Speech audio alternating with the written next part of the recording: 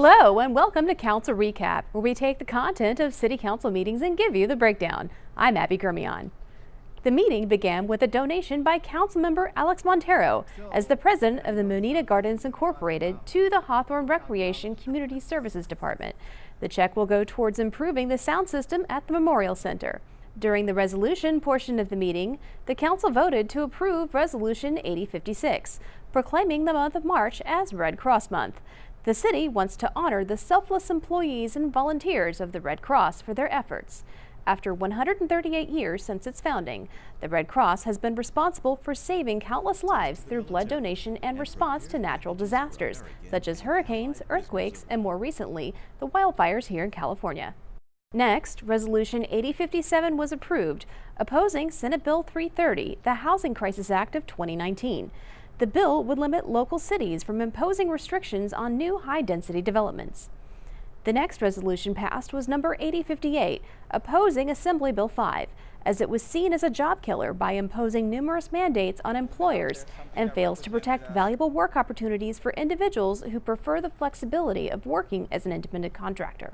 Resolution 8059 was approved, supporting AB 147, sponsored by State Senator Mike McGuire. The City of Hawthorne wants to show its support for the bill that allows the state to collect sales and use taxes from online and out-of-state retailers, such as Amazon and eBay. This will remove the competitive advantage of online and out-of-state businesses have over brick-and-mortar establishments in California that have always collected taxes.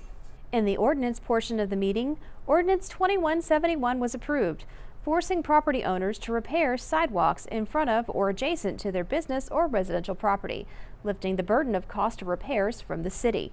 Next, Ordinance 2177 had its first reading, which would limit prohibited conduct that disrupts council meetings by speaking too long, being repetitious, or by extending irrelevant discussion. The meeting may be considered disrupted when council is prevented from accomplishing its business in a reasonable manner. In the city manager's consent calendar, council approved progress payment number 2 to Digital Networks Group Incorporated for the replacement and upgrades made to the audiovisual equipment in the city council chambers. This includes new microphones and controller interface hardware installation. The council also approved progress payment number 1 to Pardus Air Incorporated for the replacement of air conditioning units at the police department building. The existing units were in disrepair and were replaced last year. The council then approved an agreement between the city and FM3 Research to provide public survey services. The city hopes to gain a better understanding through online and direct phone surveys of its performance and the services that it provides to residents. The council also approved progress payment number 10 to Zumar Industries for supplying signage and hardware for parking restrictions and directional traffic markings.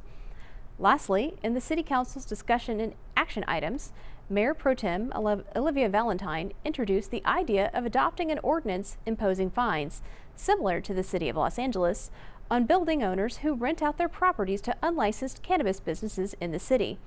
Penalties would include a $20,000 fine per day, shutting off of utilities, and the doors padlocked. Thank you so much for joining us on Council Recap. Remember, you can watch City Council meetings in their entirety by going to YouTube and searching Hawthorne Community Television. We'll see you next time.